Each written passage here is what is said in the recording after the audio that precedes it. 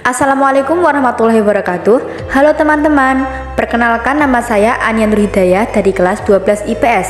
Video kali ini saya akan memenuhi tugas mata pelajaran Bahasa Indonesia, yaitu meresensi novel yang berjudul Pangeran Surgaku. Identitas novel, judul Pangeran Surgaku, penulis Riani Amelia, penerbit Aksara Plus, tahun terbit 2019, tebal 304 halaman, harga buku 82.000. Sinopsis novel Pangeran Surgaku. Naura Zahra Almira, gadis 17 tahun yang dipertemukan oleh Allah dengan seorang laki-laki secara tak terduga.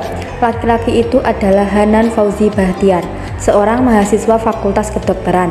Saat Naura tiba-tiba dilamar oleh Hanan, gadis itu terkejut bukan main. Pasalnya, lamaran tersebut datang terlalu cepat saat dirinya masih berstatus sebagai seorang siswi. Apa jawaban Naura terhadap pinangan Hanan? Dan apakah Hanan memang jodoh yang Allah ciptakan untuknya? Naura, gadis kelas 3 SMA yang sedang galau karena dihantui rasa penasaran itu sangat gundah. Lelaki itu duduk di angkot, di depan kursinya sembari membaca brosur acara. Naura tidak sadar, matanya beradu pandang dengan lelaki itu, hingga akhirnya ia memilih memalingkan wajah agar tidak terlihat semakin merona. Naura merasa galau bukan hanya karena pertemuannya dengan lelaki misterius itu, tapi juga karena gangguan dari Elang, cowok sekolahnya yang terobsesi dengannya. Gadis itu memilih menghindar karena Elang sangat agresif melancarkan PDKT-nya. Naura tidak mau dekat dengan Elang dan menolak berbagai ajakannya. Bukan tanpa sebab, ia lebih memilih tidak pacaran karena mau fokus pada ujian. Naura juga sedang dalam proses hijrah, tak mudah menundukkan hati dan pikiran jika gelombang cinta sangat sering membuatnya gundah. Hingga suatu hari, tanpa sengaja Naura menemukan identitas lelaki itu di sosial media Instagram. Hanan, lelaki yang membuatnya penasaran saat bertemu di angkot itu yang membuat hati Naura berdebar-debar. Tak disangka, pertemuan Naura dengan Hanan terjadi lagi saat lelaki itu menjadi panitia untuk acara kajian di kampusnya. Jadi, siapa sebenarnya Hanan? Naura makin tak habis pikir, kenapa isi kepalanya dipenuhi dengan laki-laki itu. Bahkan, ia pernah memimpikan Hanan datang ke rumah lalu melamarnya. Apakah mimpi itu sebuah pertanda jodoh, atau itu hanya khayalan Naura saja? Lalu, pertemuan ketiga terjadi tak sengaja. Naura bertemu Hanan saat Naura dan ibunya berada di toko alat masak. Saat itu, Naura menemani uminya untuk belanja. Hanya saja, ia jadi tidak berani berlama-lama di toko karena khawatir kepergok melihat laki itu terus-menerus. Pucuk dicinta ulam pun tiba.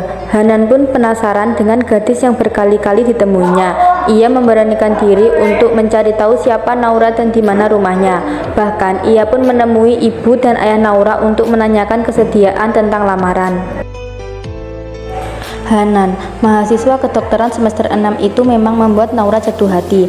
Tapi Naura bimbang karena ia juga belum cukup dewasa untuk menikah. Naura masih terlihat kekanak-kanakan dan manja, seperti anak remaja pada umumnya. Usia 17 tahun itu hanyalah angka, karena faktanya Naura masih seperti anak gadis lain yang tersipu dan malu-malu saat jatuh cinta. Tak disangka, lamaran Hanan diterima oleh Naura. Ia menganggap Hanan orang yang baik, meskipun mereka hanya melewati perkenalan yang singkat sebelum menikah.